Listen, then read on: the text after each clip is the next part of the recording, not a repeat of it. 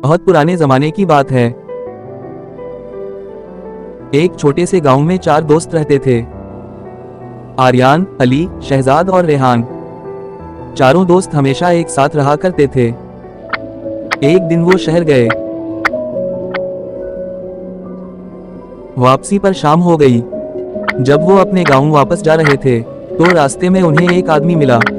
रुकिए, इस रास्ते से मत जाएं। ये रास्ता जंगल की तरफ जाता है और जंगल में 4 चोर हमेशा लोगों को लूटते हैं। बताने के लिए आपका बहुत शुक्रिया हो, लेकिन भाई हमारे पास जरूरी सामान है और इन सामानों को जल्द से जल्द हमें अपने गांव पहुंचाना है। इसी वजह से हमें इसी रास्ते से ही जाना पड़ेगा। आप फिक्र नहीं करें, हम खुद की हिफाजत कर लेंगे। वो आदमी उन्हें हिफाजत के लिए 4 लकड़ियां देता है। चारों दोस्त लकड़ियां लेकर आगे बढ़ गए। रास्ते में अंधेरा और ज्यादा होता गया। जैसे ही वो जंगल के अंदर पहुंचे, अचानक 4 डाकू सामने आ खड़े हुए और बोले, रुको, जितना भी सामान है हमारे हवाले कर दो, वरना तुम में से किसी को भी जाने नहीं देंगे। देखो चोर भाई, हमें जल्द से जल्द गांव पहुंचना है, तो हमें जाने दो, वरना 4 तो तुम भी हो और हम भी हैं। लकड़ियां तुम्हारे पास भी हैं और हमारे पास भी हैं। अगर हम लड़ेंगे तो मुझे नहीं लगता कि आप सब हमें मार पाएंगे। उसी दौरान अचानक एक साया जाहिर हुआ। उसका चेहरा नजर नहीं आता, लेकिन वो बहुत लंबा और ताकतवर लग रहा था।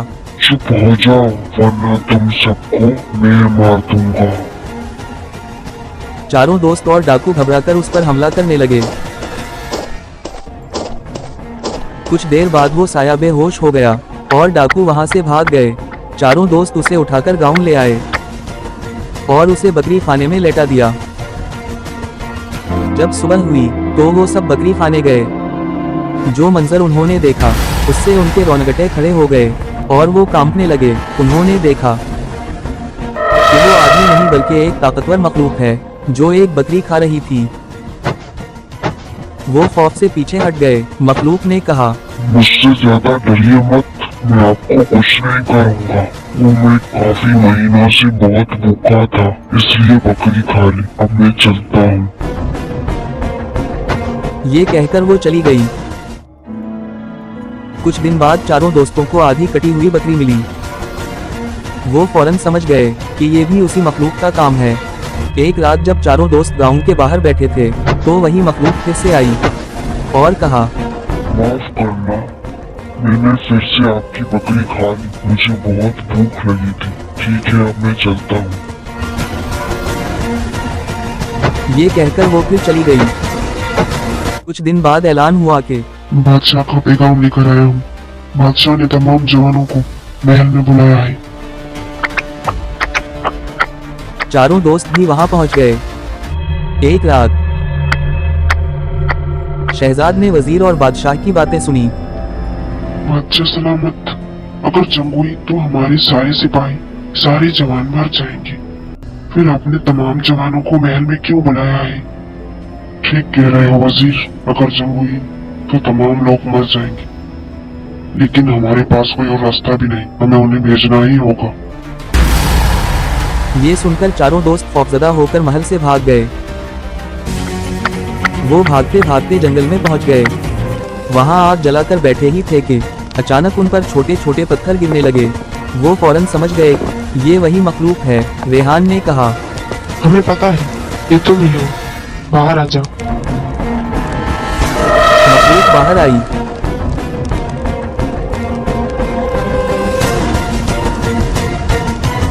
शहजाद ने उसे सारी बात बता दी। मखलूक ने कहा, अब तो बादशाह तुम्हें खुद मार देगा, लेकिन मेरे पास एक ऐसा रास्ता है जिससे बादशाह तुम्हें मारेगा नहीं और मेरा कोई नुकसान भी नहीं होगा। तुम बादशाह के पास जाओ और उसे मेरा पैगाम बताओ। चारों दोस्त फौरन महल गए। वालेकुम अस्सलाम। बादशाह सलामत, आज हम आपके पास किसी का पैगाम लेकर आए हैं। हम एक मखलूक से मिले थे। उस मखलूक ने कहा है अगर आप उन्हें 100 बकरियां देंगे तो वो आपकी बादशाही को बचा लेंगे।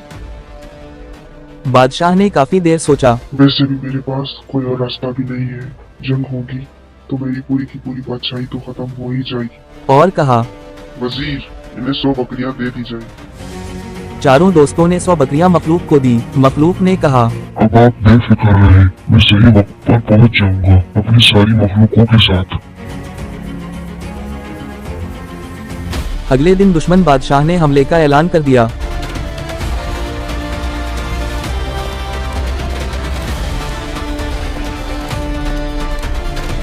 बादशाह परेशान हो गया और बोला, दुश्मन महल तक पहुंचने ही वाला है, अब तक वो मखलूकें क्यों नहीं आई? कब आएंगी वो? बादशाह सलामत, थोड़ा सब्र करें, वो जरूर आएंगी। जंग शुरू हुई। दुश्मन बहुत ताकतवर था, लेकिन जैसे ही दुश्मन महल के करीब पहुंचे, मखलूक अपनी पूरी कौम के साथ पहुंच गई।